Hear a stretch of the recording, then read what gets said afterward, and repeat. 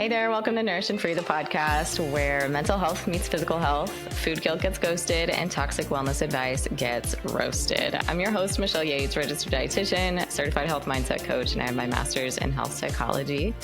Around here, we believe that food should be nourishing, health should be all-inclusive, and mental sanity around food in your body is just non-negotiable. If you're new here, I would definitely recommend subscribing to this podcast if you're looking for a safe space to understand and heal your relationship with food and with your body, and also figure out why it is that your brain seems to keep self-sabotaging you and you want to make it work for you instead of against you.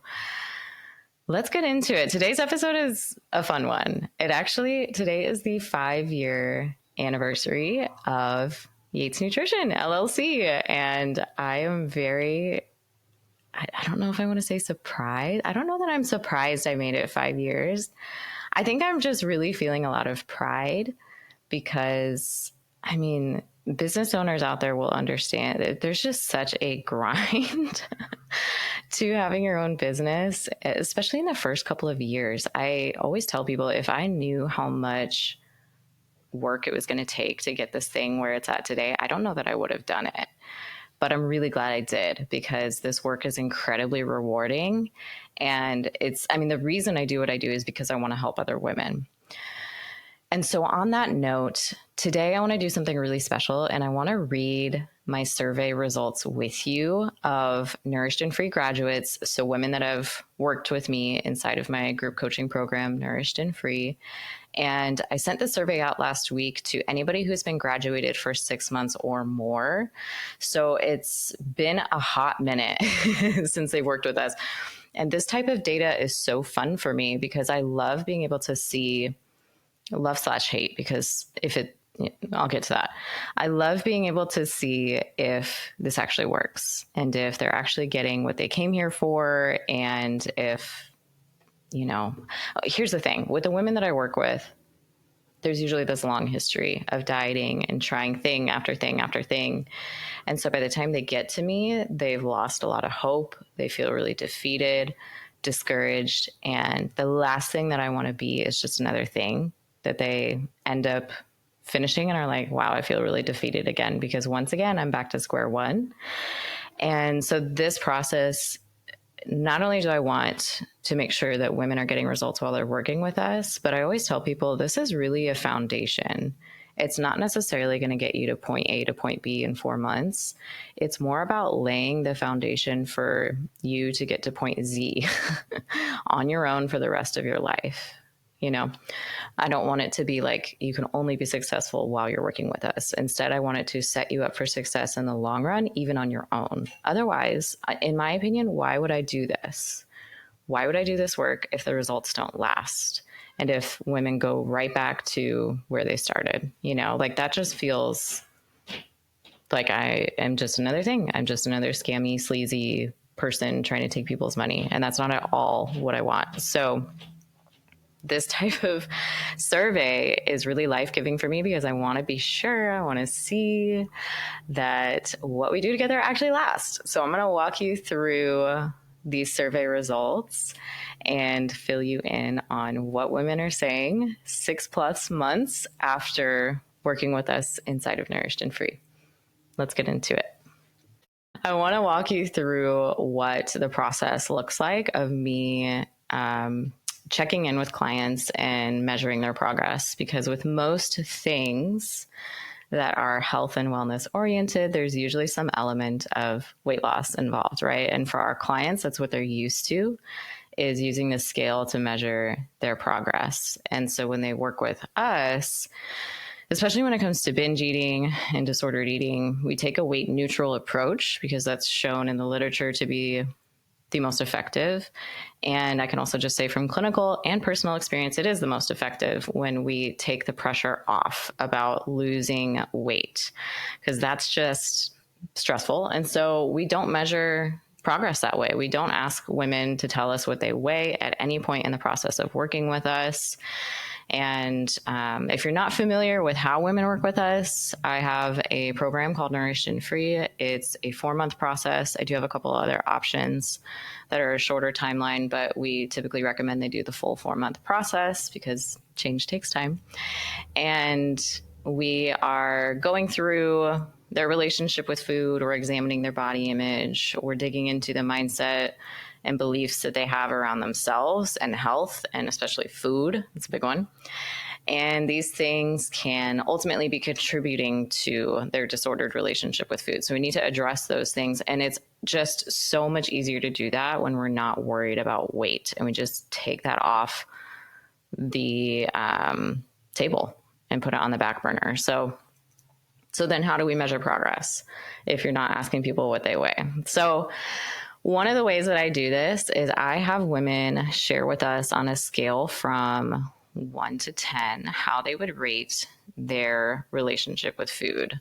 So on a scale from 1 to 10, I ask them, how would you rate your relationship with food, with 1 being extremely stressful and 10 being stress-free?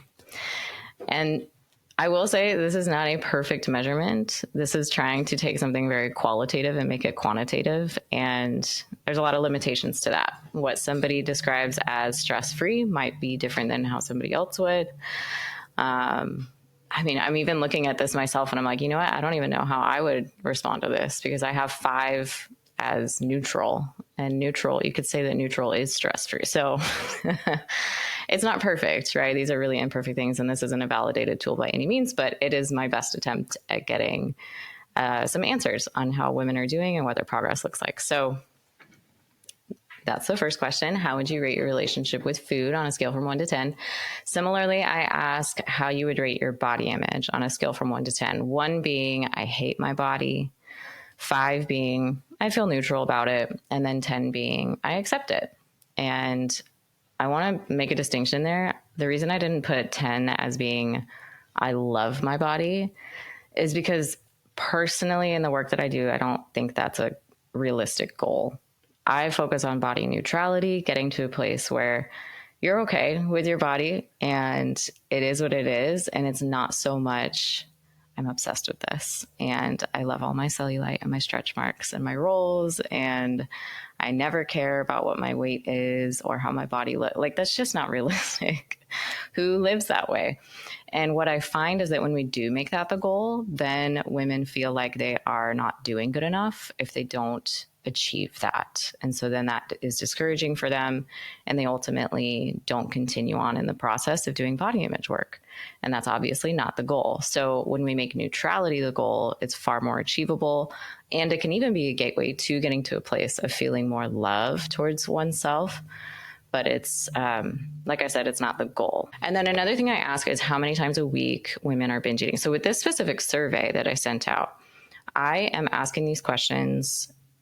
I'm asking them to think about, before they started working with us, how they would rate their relationship with food, how would they rate their body image, how many times a week were they binge eating, how many times a week were they overeating, which I'll share more about in a second. I'm asking these questions in the context of before they started working with us. So before Nourished and Free, how many times a week were you binge eating? Now, binge eating is distinct in the sense that it is eating an amount of food that is definitely more than somebody else would in that same circumstance in less than 2 hours. And there's also a sense of feeling out of control. A lot of people say that they binge eat or they think they binged, but they're not actually eating an amount of food that is way more than somebody else would in that same circumstance, and they're not feeling out of control. So that wouldn't be a binge. Then we're just overeating at that point, maybe emotionally eating. So along those lines, I also ask, how many times a week were you non-binge overeating? So this could be like emotion-related, boredom eating.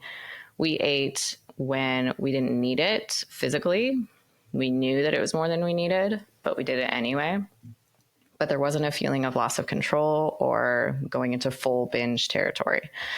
So with this, I put on the survey for present day, when I have women share how many times that's happening a week now.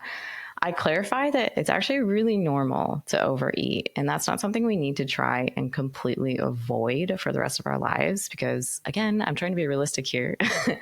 And it's just like, you're a human. Of course, you're going to overeat sometimes. Thanksgiving, holidays, things like that. It's just going to happen. So we don't need to feel like we're messing up if we overeat from time to time, especially emotional eating. Sometimes the best thing to lift your mood is going to be having an ice cream cone or having a piece of chocolate. That's just, there's nothing else that will make you feel better. I wouldn't say that's bad. If it's happening all the time and it's your only coping mechanism and you're binge eating, then yeah, we need to address that. But anyway, so those are the things that I had my previous clients share with me in terms of trying to get some quantitative data. How many times a week were you binge eating? How many times a week were you non-binge overeating? How would you rate your body image on a scale from 1 to 10? How would you rate your relationship with food on a scale from 1 to 10? And so I want them to share with me those numbers before and then now.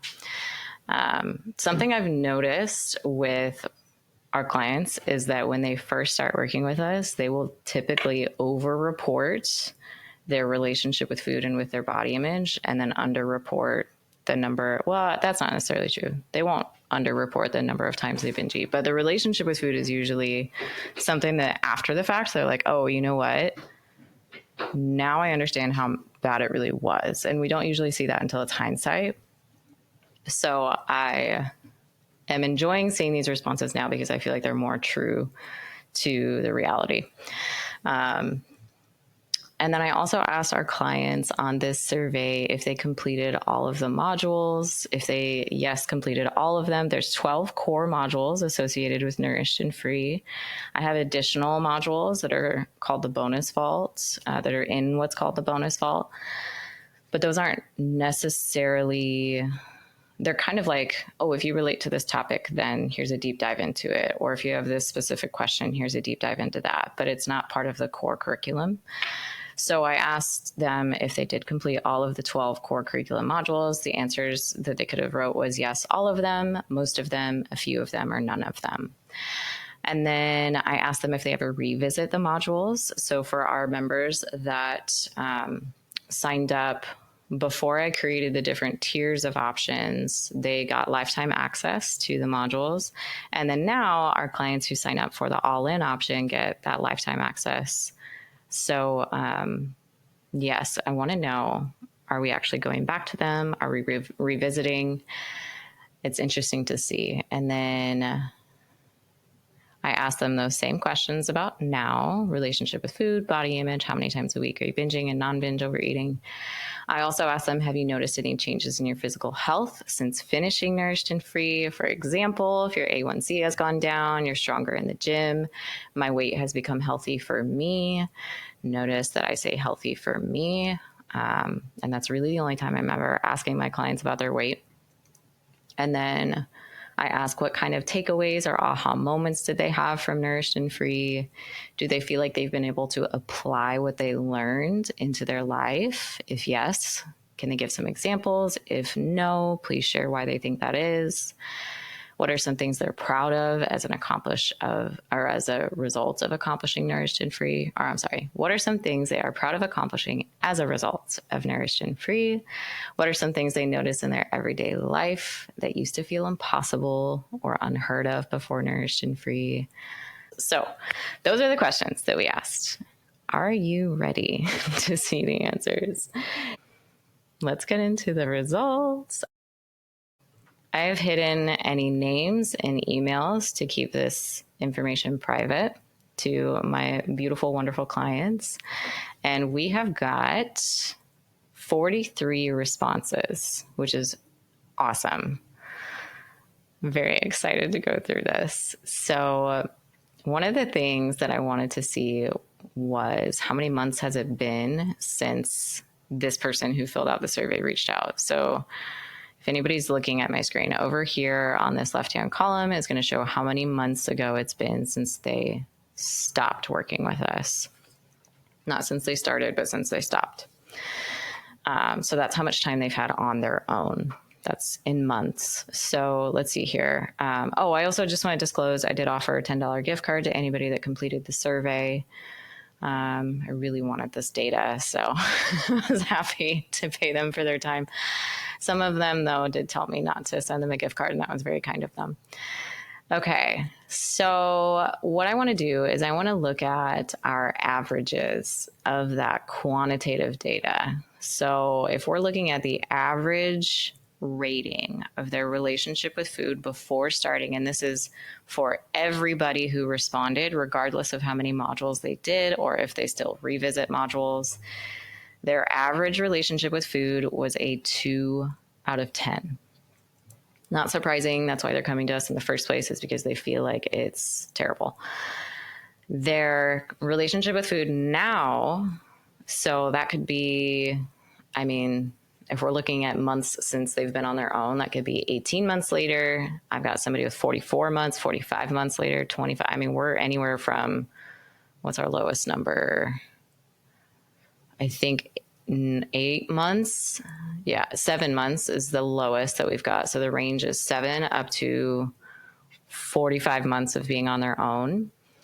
And we're seeing in general a 332% increase. So going from 2 out of 10 to the average is 7 out of 10, which is awesome. That is really awesome, especially years later. Okay, and then body image. So average body image on a scale from 1 to 10, excuse me, 2 out of 10. Average now is 6.7, so we'll round it up to 7 out of 10. That doesn't surprise me that, I mean, that's still really good because 5 is neutral. And 10 is I accept my body. So to be in between there is really, really cool. Body image is hard. Like, let's be honest, it's hard. And it continues to be hard for the rest of our lives as there's new trends and things coming up. I also wonder if that one's a typo there. There was 1 or 2 that I caught where I reached out to the respondent and I was like, hey, it looks like the number you put for before is the same as after. Was that a mistake? And they were like, oh yeah, I didn't mean to put that. So there's that with some of these responses. So anyway, just throwing that out there because the averages sometimes can be messed up with responses like that. Okay, now here's what I want to do is I want to focus on the people who finished all of the modules. Right now, what I'm looking at is anybody who responded to this survey. That includes women who only completed a couple modules or a few of them. And there was even like 1 or 2 respondents that they mentioned at some point. I did see this earlier. I can't find it right now. Something about like, I never really did the modules. I need to restart the program. So that is like, this data is including those respondents. So now let's go to those who finished all the modules. Okay.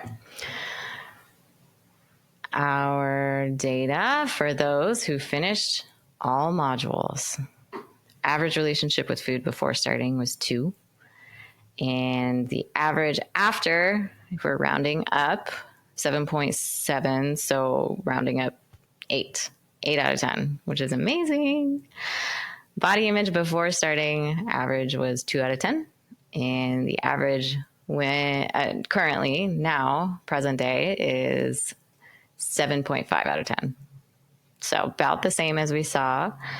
Okay, now let's go into how many times they were binging a week before starting. And now currently we'll go back to all respondents. We've got an average of 3.5 times a week before starting. The high end being 15. And then we had some who have worked with me that weren't binging at all. So 0. So a range of 0 to 15. And then, oh my gosh, this is so cool. The number of binge eating episodes a week now is 0.4. Rounding down is 0, which is amazing. So let's say 0.5.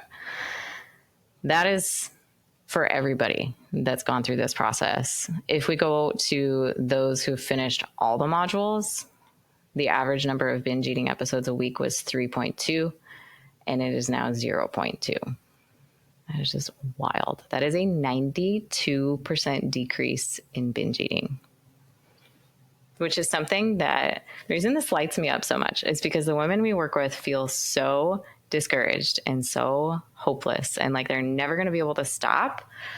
And then here they are 7 to 45 months later, having been on their own for that long, for years, and they're still not binge eating anymore, which is so encouraging. I love it. It's so exciting. Okay, overeating. So this is non-binge overeating. So remember, some of this is normal and expected. I don't want to see necessarily like a zero. I'm overeating 0 times a week, because to me, that would tell me that we're probably being too intense and not allowing ourselves to enjoy life at all. But at the same time, we don't want to see overeating happening like 5 to 7 times a week or more. You know what I mean? So, okay, before starting the program, non-binge overeating was an average of 5.7, rounding up to 6, with a range of 0 up to, I think 20 is the highest I've got here, 20 times a week. And now, currently, we are down to an average of 1.8, so 2. So down from 6 times a week down to 2. So 30% of what it used to be. Did I do that math right? My math people? 2, 4, 6. Okay, so then for people who, it's a 63% decrease. So for people who finished all the modules, we've got a average rating or an average ranking of, not ranking, whatever, you know what I'm trying to say. 6.2 times a week of overeating, non-binge overeating happening a week, down to 1.5, 68% decrease. So there's a slight increase in these numbers for those who finished all the modules. I'm interested. Let me see, for those who finished most modules. So they didn't finish all of them, but they finished most of them. Let's see how these things change. Relationship with food from a 2 up to a 7.4. That's expected, or that's pretty much the same. Body image, a 2 up to a 7. Okay, binge eating, 3.5 down to 0.3 times a week, 91% decrease.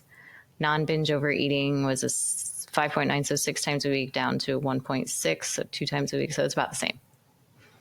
About the same. Okay, amazing. This is so exciting. I love this. Yay, we actually are doing good things around here. You just never know. I really believe in what I'm doing, and we follow really evidence-based methods, and there's a lot of support available to our clients, but you just never know if you hear back from them and they're like, this sucks. I'm doing terrible. I'm actually doing worse than before I started working with you. Okay, so this is fun. Now we're going to do some qualitative responses. As I said, there's 43 responses here. I'm not going to read through all of these, but I'm just going to randomly pick some and see what they said. Okay, so let's see. This is from someone who has been on their own for 14 months, a little over a year. And they were someone who is now binge eating 0 times a week, overeating once a week, super normal. I would even argue that's healthy. Okay, physical health changes they've noticed. They've noticed they have become strong versus weight loss and scale victory. So they're focusing more on strength goals, and they are becoming stronger, which is cool. Key takeaways from the program: realizing how much trauma was related to my story, quote unquote story of my body, what it's been through and endured and done, and what stories I was taught about food and my body growing up. Have you felt like you've been able to apply what you learned in everyday life? Yes. I've applied learning fullness cues. What is something that you were proud of accomplishing as a result of Nourished and Free? They said, proud of the learning and exercise engagement and really digging deep on group sessions. Love that. What is something that you feel, the question was, what is something that you felt like would have been impossible before starting Nourished and Free?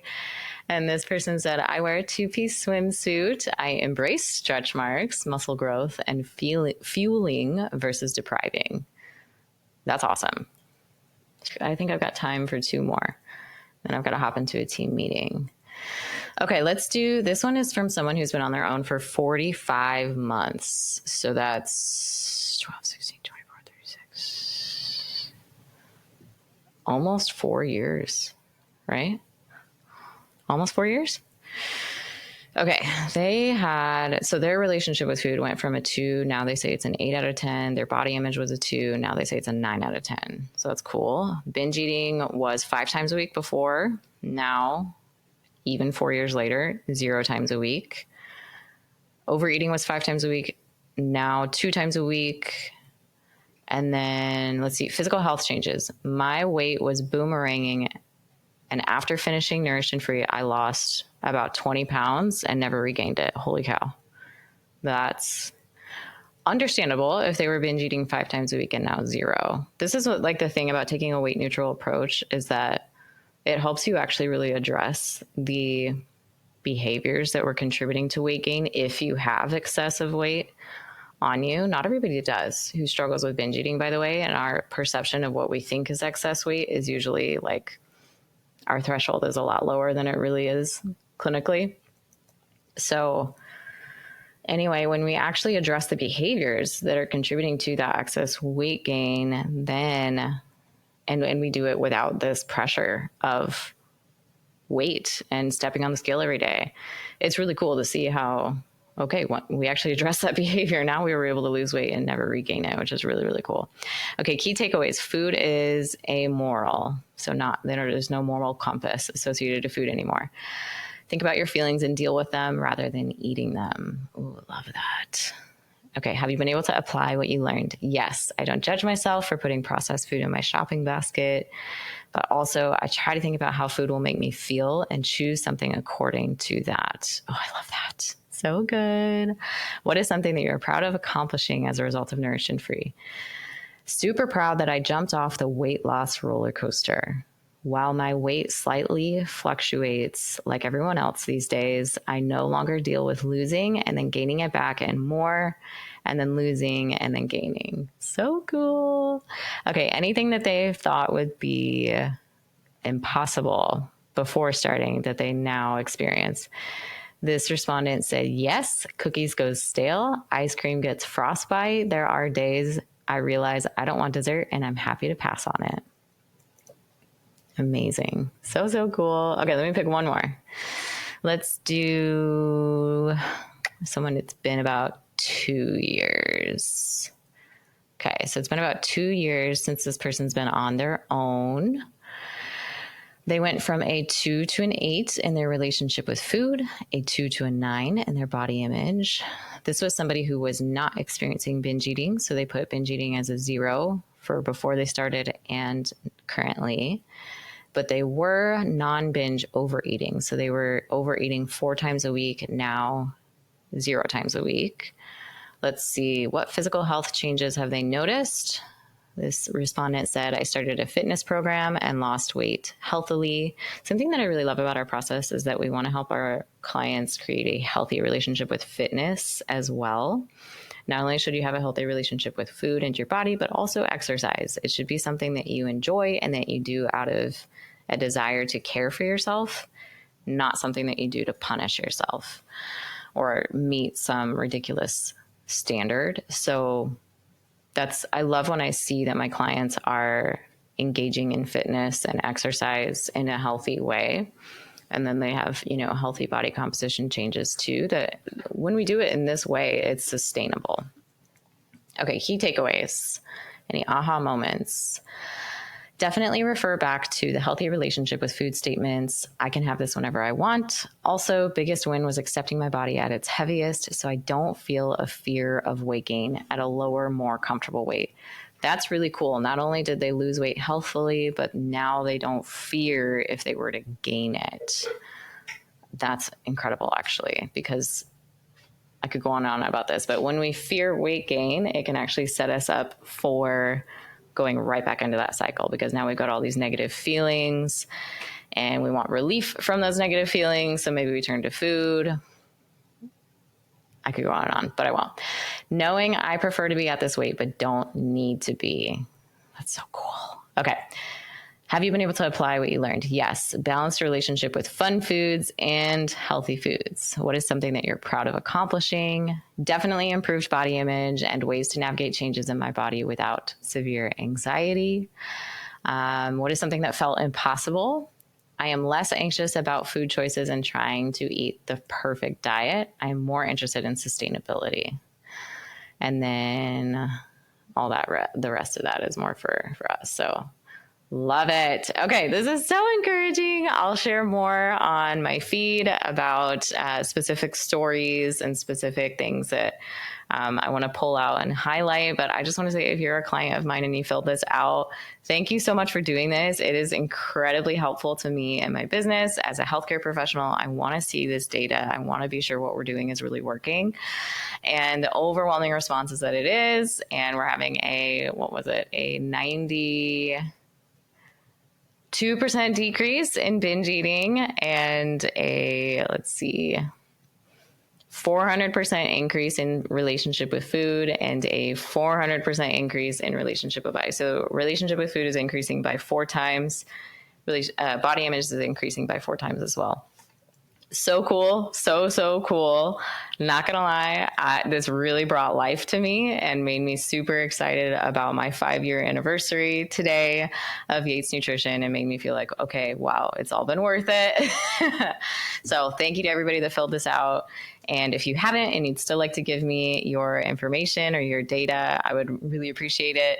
You should have it in your email, but let me know if you need me to resend it. And then, yes, for anybody who's supported my business, whether you've been a client of mine or not, seriously, thank you so much. And I mean, being a small business owner is no joke. So especially while having 3 kids at home, it's been quite the journey. So thank you everybody for all of your support. And if you're looking for help with your relationship with food and with body image, and you're ready to be a part of the success that Nourished and Free brings, send me a message, let's chat, and I'm happy to see if this is a good fit for you. Okay, I gotta go. I got a meeting with my team. Thank you, everybody. Hope you're having a good day.